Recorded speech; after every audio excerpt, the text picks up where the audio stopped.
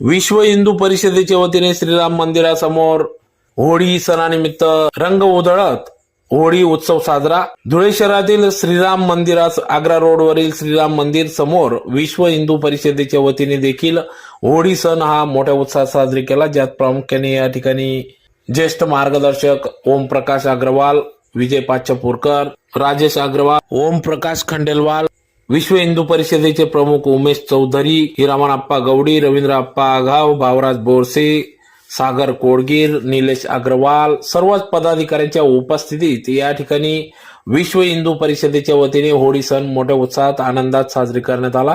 यावेळेस एकमेकांना रंग लावत या ठिकाणी होळीची धुडवळ या ठिकाणी साजरी करण्यात आली. तर अतिशय डीजेच्या तालावर नाचत गाजत होळी सण उत्साहात साजरी करण्यात आला.